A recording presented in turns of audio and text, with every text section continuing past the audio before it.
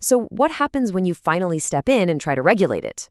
Well, as you're about to see, you don't really tame it, you just split it right down the middle.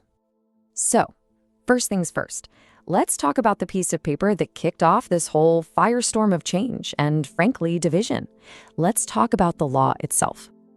Okay, so the Guiding and Establishing National Innovation for U.S. Stablecoin Act. Yeah, I know, it's a mouthful. So we're just going to call it the Genius Act. This is the first real, comprehensive federal rulebook for stablecoins in U.S. history. And the goal, it was pretty simple. Just provide some clear rules of the road that everyone from the big banks to the crypto startups had been begging for. But tucked inside this thing were two huge and kind of contradictory ideas. First, you've got the Great Carve-Out. This was the massive green light for institutions. It says flat out that regulated stablecoins are not securities. Boom! That just erased the biggest fear holding back Wall Street. But then you have the Great Prohibition, a big flashing red light. It totally bans these stablecoins from paying out any interest or yield. Why? Well, it's a move to protect traditional banks from having all their deposits just walk out the door. So you get a safe asset, but it's a sterile one. It earns nothing. And those two rules, the green light and the red light, well, they immediately set off the single biggest consequence of this whole act.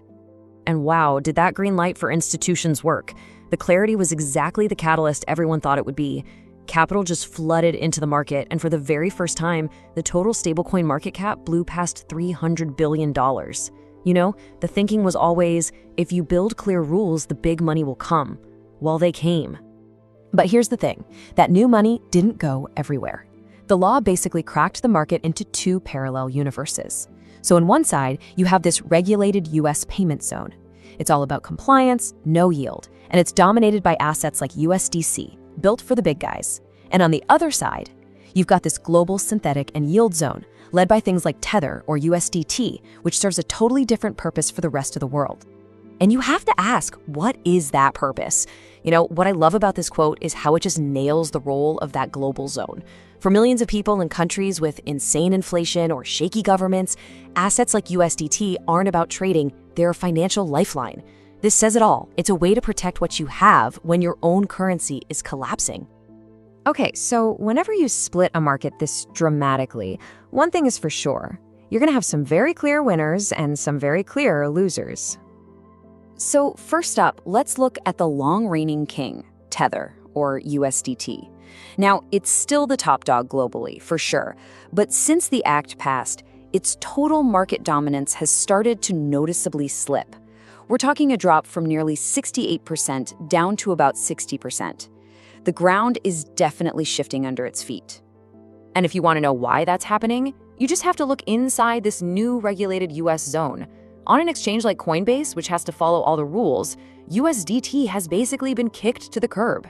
Its trading volume just collapsed from 15% a year ago to a measly 3% today. It's clear that US institutions and regulators have picked their horse, and it's not Tether. So if USDT was the big loser in the American market, who was the big winner? Well, this won't surprise you. It was Circle's USDC. Since it was already positioned as the compliance-first, squeaky-clean alternative, it became the single biggest beneficiary of the Genius Act. Its market cap has just skyrocketed, up an incredible 72% just this year. And what's really fascinating is this specialization didn't just stop with the coins themselves. Nope, it went all the way down to the blockchains they run on. This is a super important insight. We saw Solana emerge as the hands-down winner for high-speed institutional stuff, handling the heavy lifting for big finance. And meanwhile, Coinbase's own network, Base, just completely captured the massive retail trading market. It became the go-to spot for everyday investors. Different chains for different zones.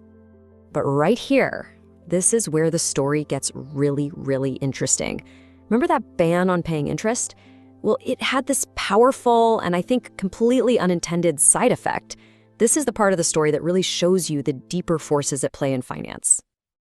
The logic is actually super simple when you break it down. Step 1, the law makes the safest digital dollars sterile, right? They earn zero.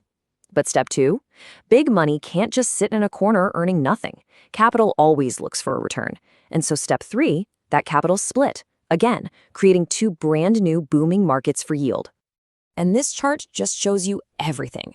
On the left, you see the slow, pretty boring growth of permitted cash, like USDC after the law passed. But look at the right. Explosive growth in synthetic yield assets like Athena's USD. Now, synthetic yield is just a fancy way of saying assets that use clever financial tricks to create a return. And because they're not permitted payment stablecoins, that yield ban doesn't apply to them. So capital fled the zero yield zone and just poured into the highest returning thing it could find. But wait, that's not the only place it went. A second, totally separate market also boomed. A fully compliant, totally regulated market for yield. Instead of just holding that sterile USDC, institutions are now using it as a 24/7 highway to instantly buy tokenized US Treasury bills, getting their yield the old-fashioned, regulator-approved way.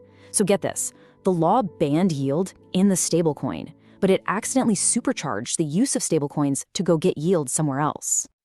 So what does all this add up to? Let's zoom out. We are now officially living in a brand new, two-track financial world.